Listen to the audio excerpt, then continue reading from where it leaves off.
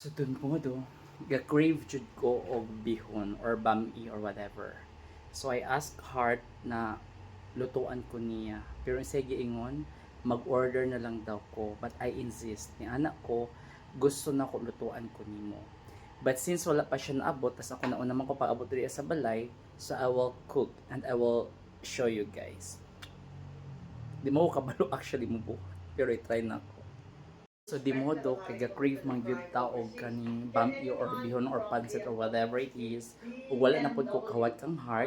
So mao ni siya nga giluto. Asya yo. So mao na ni siya ang finished product. Diba? So karon ato atilawan ang giluto.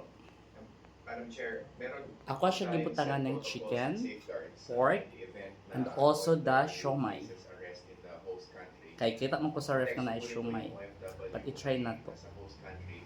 Ako nagluto. Somebody who has remunerated work and is not a citizen or permanent resident of the host country. Meron na po tayong Oh my God. procedures, ma'am. It's so mainit. But so masarap. Meron tayong Another day. welfare assistance. Another wala na welfare pagkalingaw. checks. See you. Kung